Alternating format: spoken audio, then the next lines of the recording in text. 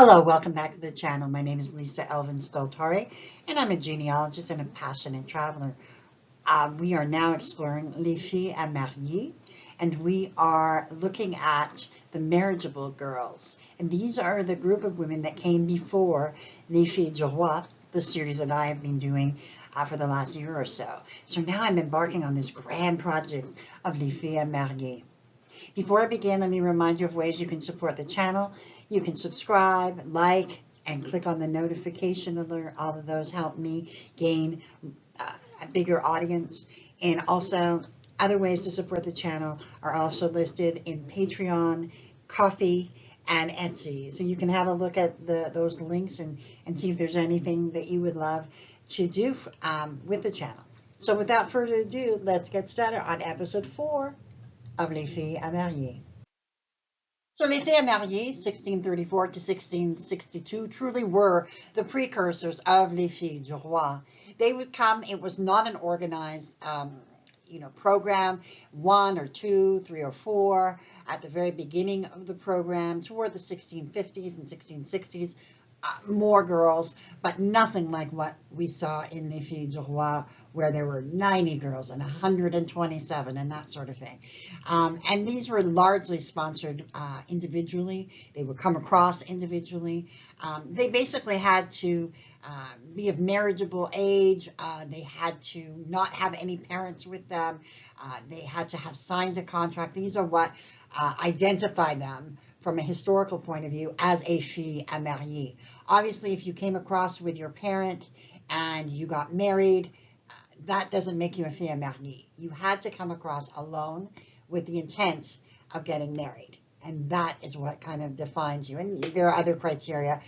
There's an excellent book on Les Filles à Marier. It's one of the rare ones by Peter J. Gagne, which a lot of this information begins from. And so he is my inspiration, my muse, if you will, for much of my series. And from that information, I take and I research and all of the rest of it. So let's have a look at our next Fille à Marier. So this episode, number 4, we are featuring Ozanne, Jeanne, and Achon. And she happens to be my great-grandmother, as well as many, many viewers. This has been one of the most requested filles à marier that I've had. Just interesting. And as we get to know her, you'll see what an impact she really made on Quebec. So Ozanne Jeanne would have been born in 1633 in the commune, which as you know is township of Chambon. It is found in the region of Nouvelle-Aquitaine, which you can see on the left hand of your screen, part of France. And inside that region, we have the département, otherwise known as the county by us. In France, it is département, and it's the département de Charente-Maritime. There are currently about 1,000 people, so it is a small community. And her parents were Jean Achon and Hélène Regnault. The église, the church where she would have been baptized, was Église Saint-Jacques de Chars. And then I just found a picture that really depicts the quietness of this little village. So this is where Jeanne comes from. So Ozanne Jeanne would come to New France in 1657. I believe she was part of a group of women who arrived on le ship Le Taureau, which means the Taurus, in the summer of 1657. And there was another group that arrived in Montreal, a total of about 22 girls. So the program is really, if it could be called a program, began to heat up, and there was more and more girls. So 22 girls in 1657, a nice amount to try to build Nouvelle-France. So the groom that she would select and who selected her, his name was Pierre Tremblay. He was born about 1627 in a town called, or commune called Randonnée. There are about 700 people that currently live there, very, very small community. It's actually now known as Tourouve au Perche, and his parents were Philibert Tremblay and Jeanne Cognet. And so, just to show you, Normandy is one of my, big dreams to go to Normandy. I'm attracted to it, and obviously many of my ancestors come from that area. He is actually from the département of Normandy called Orne, and so you can see it's this small church, or the small village, I should say, is your typical Normandy village. And can you imagine walking those streets knowing that your ancestor walked those same streets? And the church is Saint-Malo, where he would have been baptized. So this is Pierre. Let's see his journey to New France. So in 1647, at about 75 pounds per year, he signed a contract to come to New France as an engagé. So he begins his life in a new place. When you think about it, he was in New France for about 10 years by the time he finally got married. Now, he left his homeland at about age 20, so he's a very young man. And so on October 2nd, 1657, he and Ozanne would be married in Quebec City. So they did move around quite a bit, and I kind of wanted to show those of you who have not been to Quebec kind of like the trail, if you will, and it's called Le Côte de Beaupré. And so you have Quebec, and then you have Lange-Gardien, Château-Richer, different towns along the way, and so this is kind of how they, were going from place to place. Let's have a look at some of the places that they resided in for a while. So Pierre and Jeanne would establish themselves first in Quebec City. Then they would move on to Château-Richer, which was a land that was actually established by Seigneur de Champlain in 1626.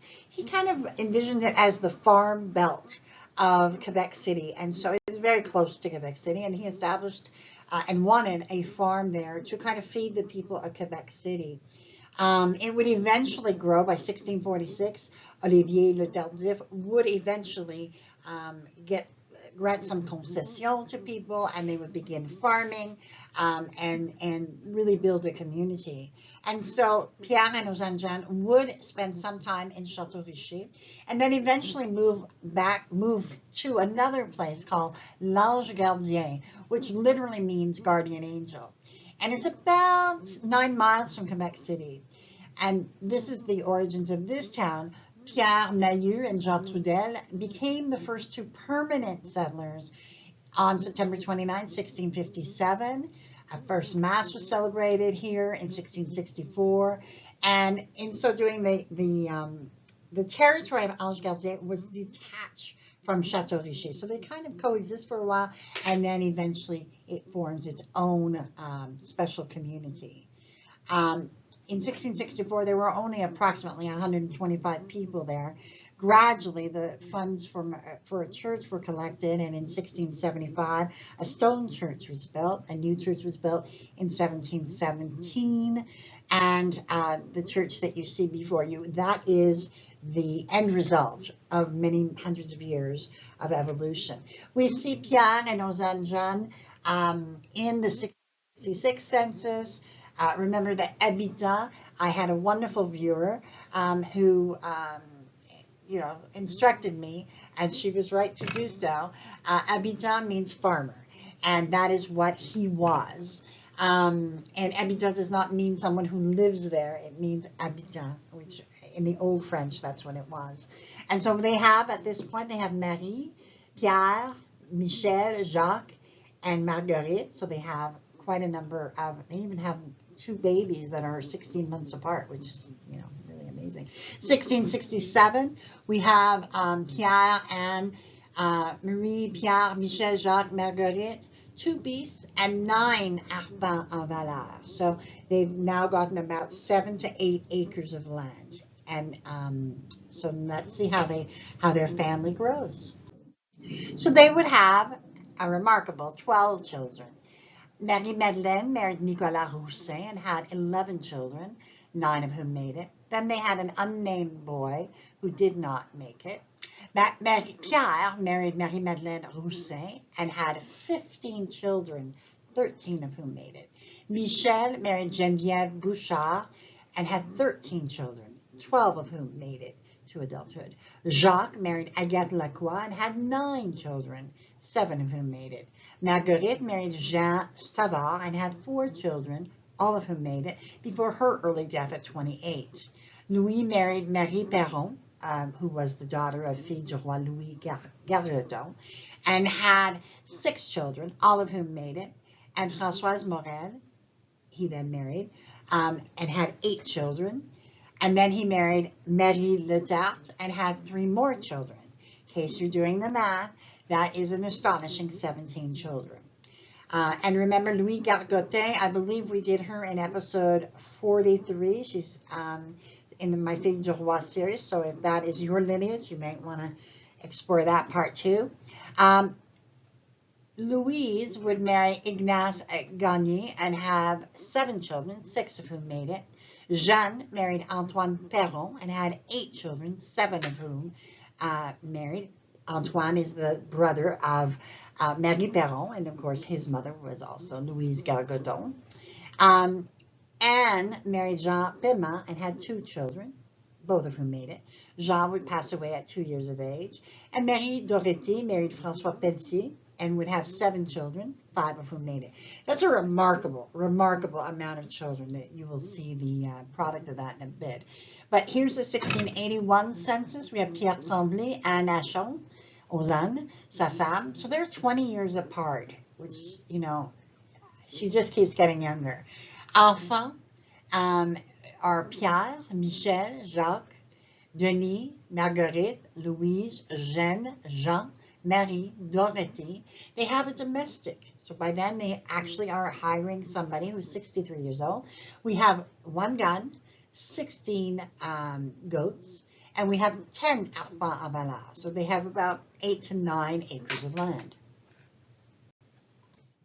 So Pierre would die sometime between 1687 and 1689. He would be approximately 60 to 62 years of age. They would have been married 30 years at this point. Anne herself would pass away on December 24th, 1707, at the age of 74. And she's buried, they are both buried, I'm assuming, at Ange Gardien, beautiful place. And here's the big kicker. Do you know how many descendants they had in 1729? Just remarkable, 333. The Tremblay, as you know, is a very, very big name in Quebec. And so I'm anxious to see how many of you are related, because that many descendants as of 1729, you know it's got to be intense. So let's have a look at some other information. So Rose by any other name, as we get deeper and deeper into the history of Quebec, those names really change. So I wanted to really present you with that concept almost in every video that I can do, because I want to make sure that you can connect the dots. And this information is taken from our French-Canadian Ancestor, Volume 3, page 241 by Thomas J. Laforêt. And there's an excellent Facebook group page called Our Free French-Canadian Ancestors. And absolutely go and check it out, because it will give you lots of information on French male pioneers. So without ado, let's have a look at the spelling of that Tremblay, Trumbull. That's really the American version. In Quebec and other parts of Canada, Desrosiers, du Tremble, Tremblois, Lagueuil, Liquico. Remember that those dite names, le dit name, so Tremblay, dit, blah, blah, blah, that becomes the origin of,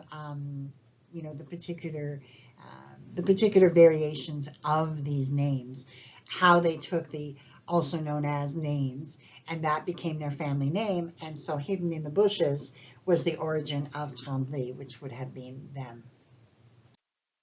I am always so excited when I find an association, recruiting the families and regrouping the families. So of course, I wasn't surprised to find l'Association des Tremblay d'Amérique.